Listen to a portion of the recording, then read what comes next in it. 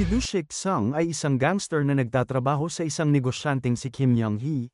Inutusan siya nito na pumunta sa isang propesor na nagngangalang Choi para patayin siya. Ang lalaki ay umiiyak para sa kanyang buhay, habang si Dushik ay iniabot sa kanya ang isang kutsilyo na humihiling sa kanya na gawin ito ng mag-isa. Biglang narinig ang sirena ng mga sasakyan ng pulis, na nagpabago sa pag-uugali ni Choi at sinimulang takutin ang mga gangster na kanina ay nagmamakaawa sa kanila na huwag siyang papatayin. Lumabas ang ilan sa mga lalaki para tingnan kung talagang mahuhuli na sila, ngunit nakita niyang may dumaan lamang na truck ng bumbero. Nang malaman ito ni Choi ay tahimik at napatingin na lamang siya sa ibaba, habang si Dushik na kanina pa nagagalit ay inatake siya gamit ang kutsilyo. Kahit papaano ay nahuli si Dushik at ang kanyang mga alipores at si Choi ay dinala sa isang ospital na may malubhang tama. Kasunod nito, ay may isang investigador ang kumakausap kay Dushik na pumipilit sa kanya na ibunyag kung sino ang nagpadala sa kanya upang patayin ang lalaki. Alam ng lahat na yun ay ang kanyang amo na si Young-hee, ngunit tumanggi si Dushik na aminin ang kanyang kinalaman sa tangkang pagpatay. Ang investigador ay nagbanta na ipapakulong siya ng 20 taon dahil sa nakaraan niyang kaso, ngunit hindi umiimik si Dushik. Sa huli ay inalok siya ng kasunduan na ang kanyang parusa ay mababawasan ng 5 taon kung siya ay makikipagtulungan sa mga pulis, pero nanatili pa ring tahimik si Dushik. Pagkatapos ng isang pagdinig, siya ay nasentensyahan sa bilangguan ng 7 taon. Ang kanyang boss na si Young-hee ay humanga sa kanyang katapatan ngunit ngayon na siya ay nasa kulungan na, iniisip nito na siya ay pabigat na para sa kanya. Habang dinadala sa bilangguan, si Dushik ay nakarinig ng isang tao na sumisipol at agad niya itong nakilala bilang ang kanyang dating kasamahan na si Sun Tan. Kumawala siya mula sa mga bantay at tumakbo sa lugar kung saan nagmumula ang ingay, siya ay parehong nabibigla at natutuwa sa katotohanan na buhay pa si Sun Tan simula nang matanggap niya ang parusang kamatayan ilang taon na ang nakararaan. Sa oras ng pahinga, ang magkaibigan ay nag-usap tungkol sa iba't ibang bagay. Tinanong ni Sun Tan kung kamusta na ang kanyang ama, at nalaman niya na namatay ito noong nakaraang taon.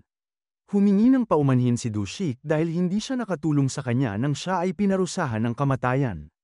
Maya-maya habang kumakain, ang mga preso na nasa parehong selda ni Dushik ay nagpakilala sa kanya. Ang magulo na preso ay binubuli ang lahat ng nasa mesa, siya at ang kanyang kasama ay ginugulpi ang sinuman na hindi nila gusto at sila ang nangunguna sa lahat ng mga preso. Sa ibang lugar ay pinuntahan ng boss ni Dushik si Choi na nasa ospital. Mukhang interesado siyang makipagkasundo kay Choi kaya nagmungkahi siya ng isang kasunduan, subalit ang lalaki ay galit na galit kay Dushik dahil sa pagpapahiya sa kanya at gustong gumanti kahit anong mangyari. Hiniling niya kay Young-hee na patayin si Dushik para sila naman ang gagawa ng kasunduan. Pinag-isipan ni Young-hee ang bagay at nagpasya na papatayin niya ang kanyang tapat na kanang kamay para sa kapakanan ng kanyang kumpanya. Si Jang ay matalik na kaibigan ni Dushik at isang kapwa miyembro ng gang, masama ang loob niya nang inaresto ang kanyang kaibigan at gusto niyang bisitahin ito ng kanyang kasintahan na si Yo Il-yang sa kulungan subalit ayaw ng babae na kausapin si Dushik. Si Young-hee ay bumisita kay Dushik sa bilangguan upang ipahayag ang pasasalamat sa kanyang katapatan, sinabi niya na sinusubukan niya ang kanyang makakaya upang mailabas siya. Si Dushik ay masaya na binisita siya ng kanyang boss ngunit hindi niya alam na ito ay nagpaplanong patayin siya para sa isang kasunduan. Ipinaalam din niya sa kanyang boss na buhay pa si Sun Tan, ngunit hindi natuwa ang matanda sa narinig na impormasyon dahil hindi sila magkasundo nito. Kasunod ng kanyang pakikipagkita sa kanyang kasintahan, si Jang ay bumisita sa bahay ng mga magulang ni Dushik upang sabihin sa kanila ang tungkol sa kanyang pagkakakulong. Hindi na nagulat ang kanyang mga magulang dahil ang kanilang anak ay palaging gumagawa ng mga bagay na iligal. Tiningnan ni Jang ang isang lumang larawan nila ni Dushik at Sun Tan, ang tatlo ay dating hindi mapaghiwalay noong mga bata pa sila. Pagbalik sa bilangguan pagkatapos makumpleto ng mga bantay ang unang pag-iikot, ang kasama ni Dushik ay bumangon at ipinakita sa kanya ang isang lihim na lagusan na kanilang hinuhukay ay binabalak nilang tumakas kapag natapos na ito. Sa isa pang selda, ang gang ng mga bully ay ginugulpi ang isang inosenteng bilanggo na nagngangalang Munso. Kinabukasan habang nag-aalmusal, ang kawawang lalaki ay punong-puno ng mga sugat at umiiyak. Naawa si Dushik sa kanya kaya binugbog niya ang mga bully at ang kanyang grupo na ikinagulat ng lahat gayunpaman bilang resulta, siya ay inilagay sa Bartolina. Kinabukasan, si Jang ay bumisita sa kanya ngunit dahil nasa Bartolina siya ay hindi niya ito pwedeng makita dahil ang mga bilanggo na narito ay walang pribilehiyo na tumanggap ng bisita. Sa ibang lugar ay dinala ni Professor Choi si Young Hee sa isang pabrika, kumukuha siya ng likido mula sa isang partikular na halamang Hapones na maaaring pumatay kaagad ng sinuman. Si Choi lamang ang may hawak ng panlunas nito at handa siyang ibenta ang likido kay Young Hee kapag nagawa niya ang kanilang kasunduan na patayin si Dushik. Nang gabing yun ay sinalakay ng ilang lalaki ang mga magulang ni Dushik at malubha silang binugbog. Sa bilangguan, ang isa sa mga tao ni Young Hee ay nakipagkita kay Moon at sinabihan siyang patayin si Dushik para sa pera, ngunit pakiramdam ni Moon ay may utang na loob siya kay Dushik kaya labis siyang namumblema. Sa ibang lugar, ang karibal na gangster ni Young Hee na si Bong ay dinalaw siya. Napilay siya matapos siyang saksakin ni Dushik ng 7 beses sa binti, kaya upang makaganti ay nagpadala siya ng mga lalaki para bugbugin ang mga magulang ni Dushik. Nang malaman ito ni Jang ay mabilis siyang pumunta sa kanilang bahay, dinala niya sila agad sa ospital dahil malubha silang nasugatan. Pagbalik sa bilangguan, si Yoil ay bumisita kay Dushik at sinabi sa kanya ang nangyari sa kanyang mga magulang, sobrang sama ng loob niya at galit na galit sa nangyari. Maya-maya ng araw na yun ay sinaksak siya ni Moon-soo na pinipiling kumampi kay Young Hee, hindi lumaban si Dushik at hiniling na lang sa kanya na tumakas.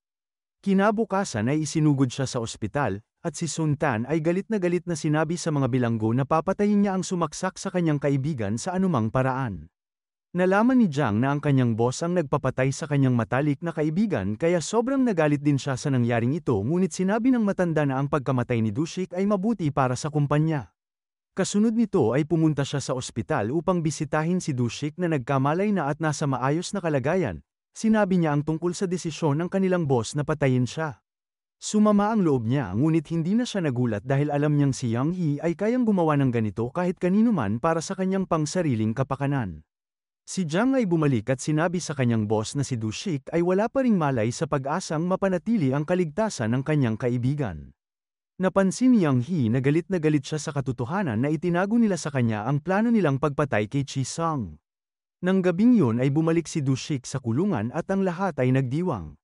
Noong sumunod na araw, si Dushik at ang kanyang mga kasama sa selda ay nagsimulang magplano ng isang detalyadong pagtakas, nakipag-usap sila sa kanilang mga kasama mula sa labas sa pamamagitan ng patagong pag-uusap at nagpasya na isakatuparan ang plano pagdating ng gabi. Gumapang sila sa mga lagusan at nakarating sa imburnal at sa lalong madaling panahon ay nakatagpo sila ng 2 labasan, ang isa ay humahantong sa himpilan ng hukbo at ang isa ay daanan ng hangin. Hindi sila sigurado kung aling landas ang dapat nilang tahakin kaya bumalik sila sa selda. Noong sumunod na araw ay ipinagpatuloy nila ang paghuhukay sa ilalim ng lupa, ngunit pagkatapos ng maraming pagsusumikap ay inihayag na sila ay ililipat sa itaas na palapag ng bilangguan para sa pagsasaayos. Matapos mapagtanto na mawawalan ng saysay ang kanilang pagsusumikap, nagpasya silang tumakas sa harapan sa pamamagitan ng pagsira sa pader na nakapaligid sa bilangguan. Dahil ito ay luma na at walang mga haligi, naniniwala sila na masisira ito kung ang lahat ng mga preso ay sabay-sabay na itutulak ito. Pagdating ng oras ng pahinga, sinubukan nila ang paraan pero nasaktan lang sila. Gayunpaman, si Dushik at ang kanyang grupo ay araw-araw na pilit itong sinisira, ngunit ang mga gwardya at mga pulis ay iniisip na walang kwenta ang kanilang ginagawa kaya tinatawanan lang sila. Pagkatapos ng ilang pagpupursigi ay nagsimulang magkalamat ang pader. Sa ibang lugar, si Jang at ang kanyang mga kasama sa gang ay nasa kanayunan at nag-aaral kung paano gumamit ng ripple. Nagpaputok si Jang sa langit at aksidenteng tinamaan ang lumilipad na fighter jet, ang bala ay naging dahilan ng pagkasira ng makina dahilan para aksidenteng bumagsak mismo sa labas ng bilangguan. Tumahimik ang mga bilanggo habang dahan-dahan na nabibitak at nababasag ang pader dahil sa epekto, kaya sinamantala ito ni Dushik at ng kanyang mga kaibigan. Lumabas agad sila at ang iba pang mga bilanggo ay sumunod sa kanila, at hindi nagtagal ay nagkaroon ng kaguluhan sa bilangguan. Sa huli ay mahigit kalahati ng mga bilanggo ang nakatakas. Ibinalita ito sa pambansang telebisyon at ang gang ay nalaman na si Dushik ay nakatakas din. Si Dushik at ang 4 sa kanyang mga kaibigan ay hindi nahuli ngunit isang miyembro ng kanilang grupo ang nadakip at ibinunyag na matagal na nila itong plano. Samantala, ang grupo ay pumasok sa loob ng isang photo studio upang magtago mula sa mga pulis, ngunit nang makita sila ng isang babae ay nag-aatubili silang itinali ang babae. Nagnakaw sila ng mga damit mula sa isang malapit na laundry at sinuot ang mga ito.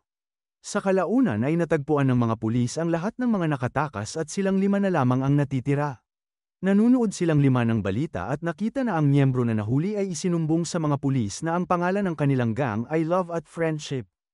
Pinagluto sila ng kanilang hostage at pinaglingkuran sila na parang mga bisita niya sa bahay, at maya-maya lang ay dumating si Yoil na may dalang mga telepono at pera para sa lahat. Dinala siya ni Dushik sa labas at sinabi sa kanya na dapat na niya siyang kalimutan, at ang dalawa ay nagpaalam na sa isa't isa. Kasunod nito ay pinag-usapan ng grupo ang mga susunod nilang gagawin dahil sila ay hinahanap sa lahat ng lugar.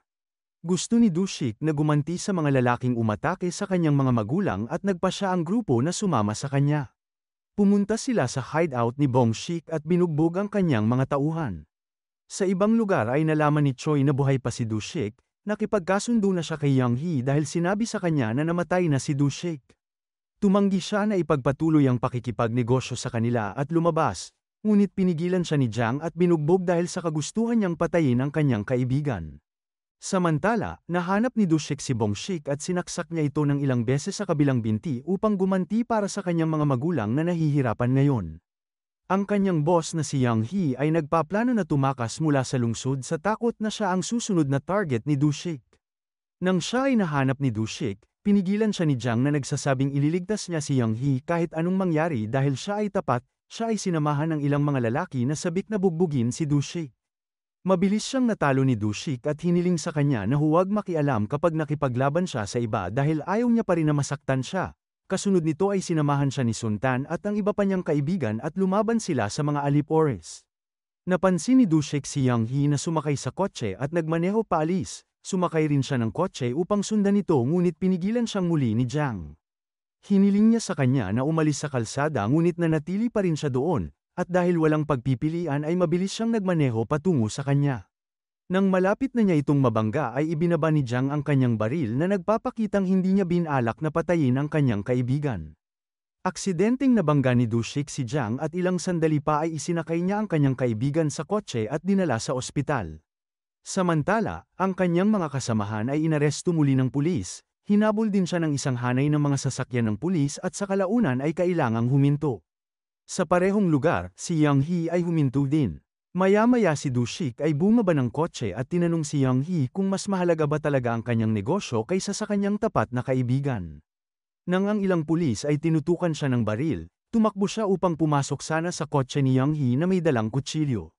Ngunit natigilan siya sa gulat nang barilin ni Jang si Young Hee mula sa likod, at makalipas ang ilang segundo ay binaril din siya ng mga pulis. Ang pelikula ay natapos nang hindi nagtagal ay hinawakan ni Dushik ang kanyang naghihingalo na kaibigan sa kanyang mga bisig at inaalala ang tungkol sa kanilang pagkabata. Dito na nagtatapos ang kwento, sana ay nagustuhan mo ito. Kung hindi ka pa nakasubscribe ay mag-subscribe ka na upang matulungan mo ang channel na ito. Mag-comment ka na rin tungkol sa kwento. Salamat!